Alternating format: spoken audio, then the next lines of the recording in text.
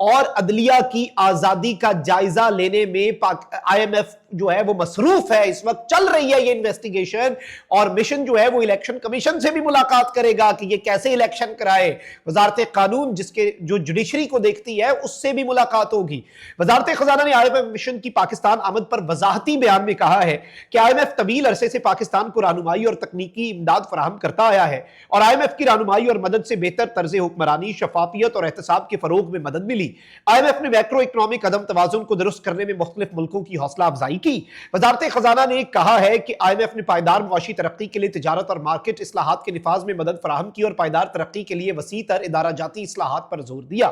وزارت خزانہ کے مطابق آئی ایم ایف کے نزدیک معیشتوں کی خوشحالی کے لیے گڈ گورننس, بدعنوانی سے نمٹنا لازمی عناصر ہے, اور سرکاری شعبے کی کارکردگی اور بدعنوانی سے نمٹنا پاکستان کی اولین ترجیحات میں شامل ہے.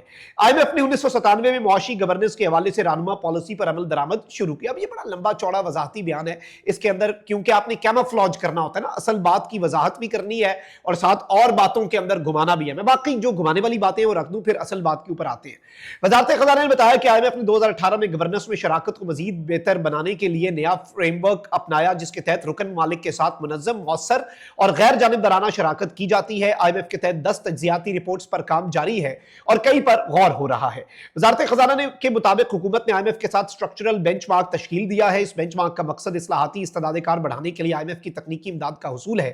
حکومت governance and corruption diagnostic assessment کرے گی اور آگے چل کر ترجیحی بنیادوں پر ڈھانچہ جاتی اصلاحات کی نشاندہی کی جائے گی.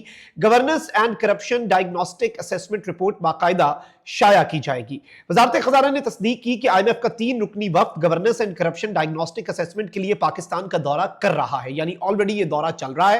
یہ مشن ریاست کے 6 کلیدی شعبوں میں کرپشن اور کمزوریوں کا جائزہ لے گا. اب یہ سادہ باتیں ہیں جو آپ کو سمجھنی چاہیے, پچھلی ساری ٹیکنیکل باتیں تھیں اور وہ ان میں الجھانے کی کوشش کی تھی یہ وزارت خزانہ والوں نے, لیکن کہتے ہیں کہ جی آئی ایم ایف کا 3 روزہ وفد جو ہے وہ پاکستان کا آلریڈی دورہ کر رہا ہے, ریاست کے, اسٹیٹ کے, حکومت کے نہیں, ریاست کے, کیونکہ حکومت کے اندر جوڈیشری نہیں آتی, الیکشن کمیشن نہیں آتا. سٹیٹ کے براڈر پرسپیکٹو میں یہ بات ہے, کیونکہ سٹیٹ کا حصہ ہے نا, الیکشن کمیشن الگ ہے, جوڈیشری الگ ہے, لیکن اب تو وہ بھی حکومت اور پھر حکومت جن کے انڈر ہے ان کی انڈر ہے, لیکن چلیں کاغذوں میں تو یہی ہے.